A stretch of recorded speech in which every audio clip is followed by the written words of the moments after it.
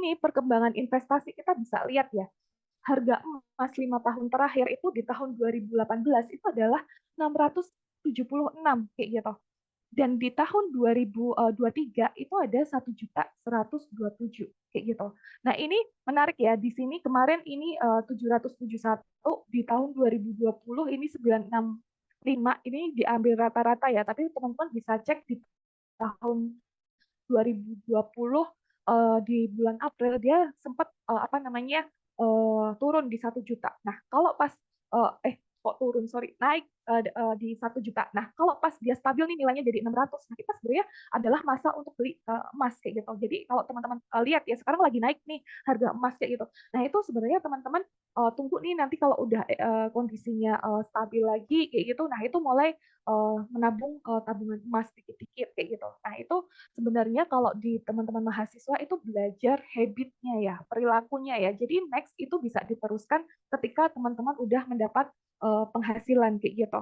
Terus ini kita lihat kalau kayak harga saham BBCA kayak gitu kan, teman-teman bisa lihat kenaikan BCA itu saya dulu beli di harga 12.000, dia naik ke sampai 36.000 di stop split jadi 7.000. Nah, itu luar biasa banget dan teman-teman kalau berinvestasi di saham ya kalau kita males buat fundamental, teknikal, nah teman-teman lihat aja saham-saham yang memang punya grafik trennya itu dari kiri ke kanan, atas itu selalu naik. Yang ini BCA ini dari kiri ke kanan selalu naik. Walaupun dia naik turun, tapi dalam jangka panjang dia naik kayak gitu.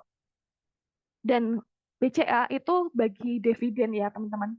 Selain kita dapat dari gain harga sahamnya, ternyata kita juga dibagi ini dividen atau laba perusahaan.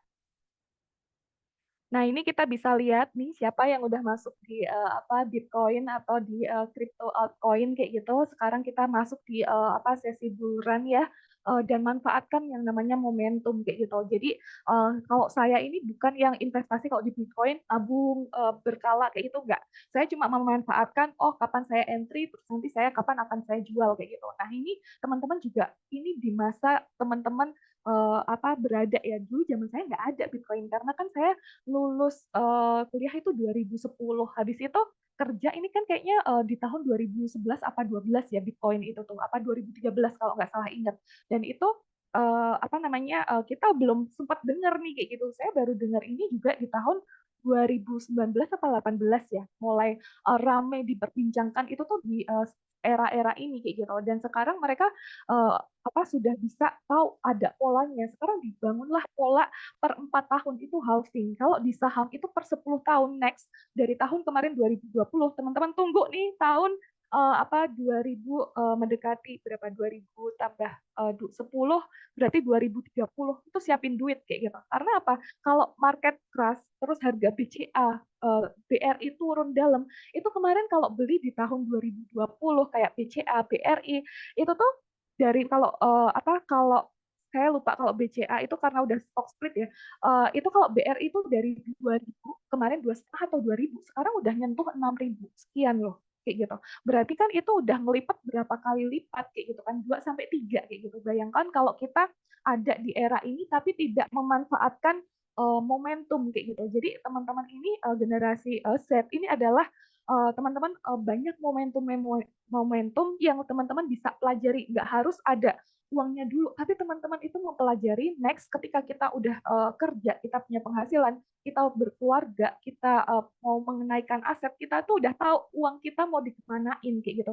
Jangan sampai kita melewatkan momentum ini dan kita itu tuh nggak berkembang ya asetnya. Kadang orang-orang berpikir ya udah deh aku ikut aja deh berjalannya waktu ada nggak ada duit yang penting happy jangan kayak gitu karena itu tadi kita harus bisa ngembangin aset untuk apa agar kita itu tuh bisa hidup di usia pensiun nanti kayak gitu itu tidak menghasilkan generasi sandwich berikutnya kayak gitu. Kalau kita ngerasa sekarang ini kita nanti akan menjadi generasi sandwich, kita jangan sampai menjadi next beban menjadi anak-anak kita jadi generasi sandwich kayak gitu. Jadi kita di sini harus aware kayak gitu. Karena kalau nggak kita siapa lagi kayak gitu. Nah ini ada juga reksadana. Ini reksadana saya lupa ini punya Skor Invest dana berimbang kalau nggak salah. Nah ini juga menarik ya. Ini di tahun 2020 ini kemarin turun nih